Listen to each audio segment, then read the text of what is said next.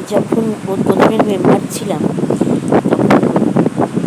তখন পূজনীয় সতীশানন্দজি মহারাজের পরিপ্রশ্নেন বলে একটি বিভাগ বেরোতো। সেখানে তিনি নানা রকম আধ্যাত্মিক প্রশ্নের উত্তর দিতেন। খুব মন দিয়ে পড়তাম।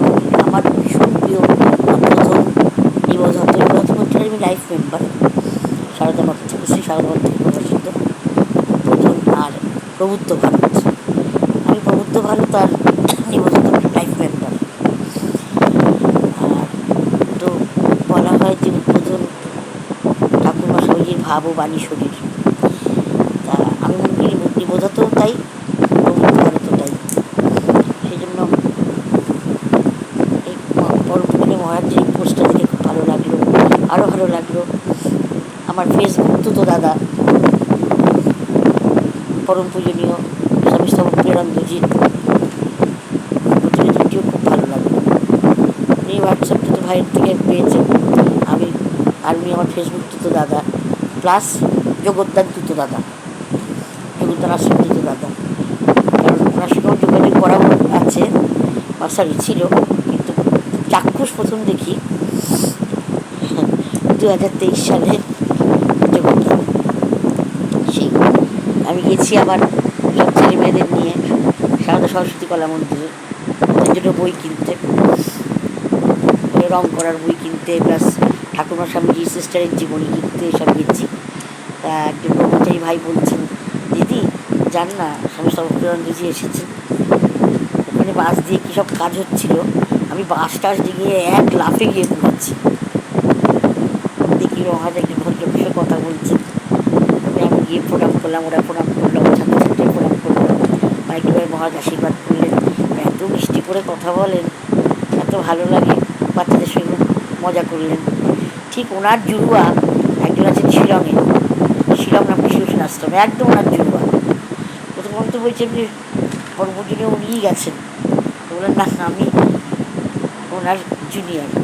বললেন একদম দেখছি। খুব ভালো লাগে ওনাদের। আমি মানে যখনই পাই তখনই আমি ওনার প্রতিবেদনগুলি পড়ি, শুনি এবং শেয়ারও করি। যারা নিতে পারে তাদের, সবাই তো সব কিছু নিতে পারে না। অভ্যারম্ভের প্রক্রিয়া অনেকের ক্ষেত্রেই ঘটে। ভালো লাগে সকালবেলা পড়ে। আমার 24 ঘন্টার মধ্যে বলতে পারেন 20 ঘন্টাই এভাবে কাটে। নানা কাজের মধ্যে আমি মাকে, ঠাকুরকে, স্বামীজিকে, সিস্টারকে স্মরণ করে, ঠাকুরকে স্মরণ করে চলি।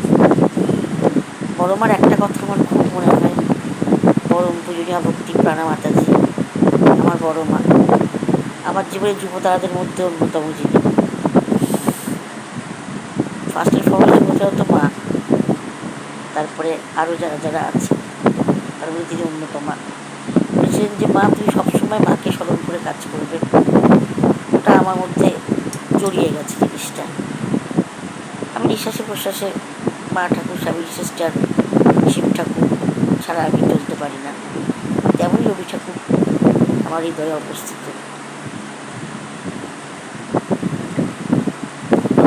স্বামীজির মানসপুত্র নেতাজি। ভারতবর্ষ কত কৃতি সন্তানের জন্ম দিয়েছে, শুধু কৃতি না, মানুষ। প্রীতিলতা, দীনেশ গুপ্ত, ত্রিপুরা সেন, সুভাষচন্দ্র নেতাজি রয়েছে আমাদের দেশে। কেউ যদি ভিক পায় না। রবি ঠাকুর লিখেছিলেন, এই দুর্ভাগ্য দেশ দেহে মঙ্গলময়, দুঃখ পর তুমি ভক্ত পাবো হয়।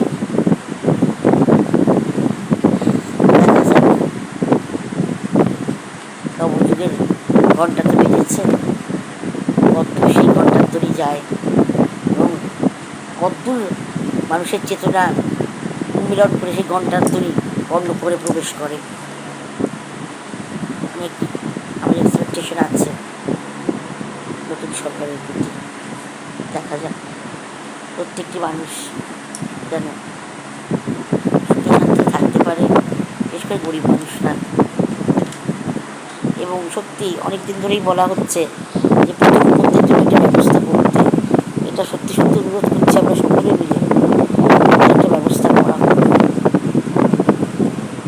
একটা স্থায়ী বাসস্থান, দুবেলা একটু পেট ভরে খাওয়া, আর দেখাশোনা করার কেউ। কত লোক তো আছে যাদের কাজ নেই, তারা এগুলো করতে পারে। ওরা একটু ভালোবাসা আর খাবার